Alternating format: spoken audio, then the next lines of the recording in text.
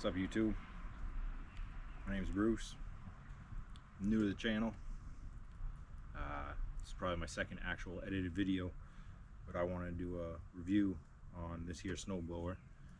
I've had it about 3 years, and there's some pros and cons to it, and I figured why not, because I've seen that there isn't very many actual videos on this snowblower.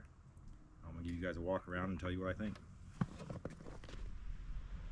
So this is a model XL30 made by DR. Got it right off their website. Had it shipped here to my home in Maine. I got tired of having to work on and fix 1970s snow blowers and 1990s model Craftsman my neighbor had. We were always tinkering on, and I wanted something that would stand the test of time. Electric start, heated grips. It's got a headlight on it. Big fuel tank. Like, you can store enough fuel in this thing to last you probably 2 snow blowings if you have an average sized driveway. Immediately when I got it, the assembly was easy.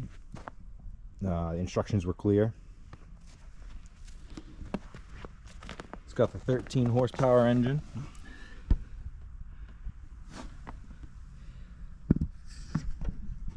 Mine is serial number 300-591-3508. Like I said, I've had it about 3 years. All the controls are pretty simple. Got my choke here, primer. I usually hit that 3, 4, 5 times before I start it. Turn that up. Starts first pull. I never actually use this. If you pull that out, it's key. Thing's not going to work. Same with this. I never use that. I kill it right here. As you can see that it says stop. When you put it all the way to the left, thing's going to turn off. So to start it, I push it over, hit the primer a few times, give her a single pull, and it starts every time. The engine is strong. Downsides to this thing. Number one, I had issues with this the first year, second year. It kept coming loose. I can't remember, but maybe there's plastic inside of here. I had to take this off. It would freeze up. And then, of course, the chute wouldn't turn. I store it inside of my garage here. And I usually try nowadays to clean all the snow off of here. It's pretty crucial in order to have it work when you need it to work. Chute does operate very easily.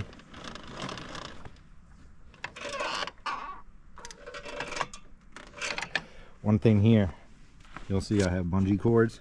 If I don't have this bungee cord on it, this thing just flops and goes wherever it wants. You gotta have the bungee cord in order to keep this over for the chute to stay in place where you want it.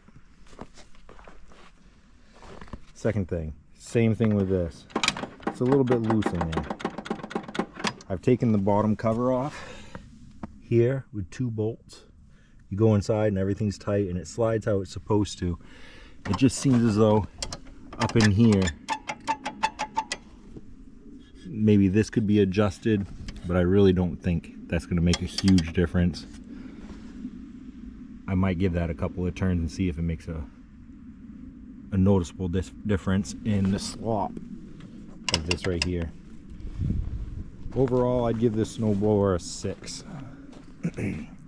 Just because I paid quite a bit of money for it. I tried to get out of having to tinker on things, and it seems that I've had to tinker on it quite a bit just to get it to where it is now. And the more I work with it, the more I understand it. A couple of things installed on this didn't have lock nuts or lock washers where I think that they should have been, and since I've owned it, I've replaced those. This is the biggest downfall. This isn't sealed here. You can see the crack. Once I get a moment, I'm gonna silicone this, and back here with some high temp silicone. And it's going to make it harder to get this off with this bolt and the bolt on the other side. But this cover lets snow down and in, and underneath of here is the friction disc.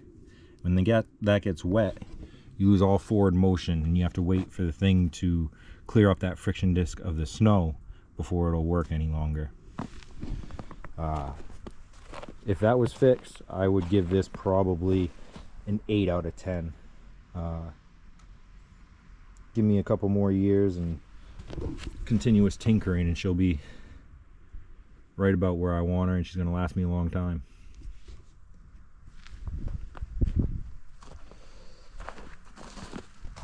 The auger setup. Here, you have shear pins here, here, and in the side here, and down in on the back side on this, there's another one. So this is separated, and the whole shaft itself is separated. So you have 4 shear pins inside, which is actually nice. That way you don't harm other things while you're working on it.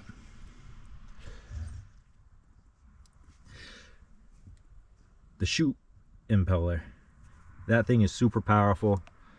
This thing shoots snow 30-40 feet.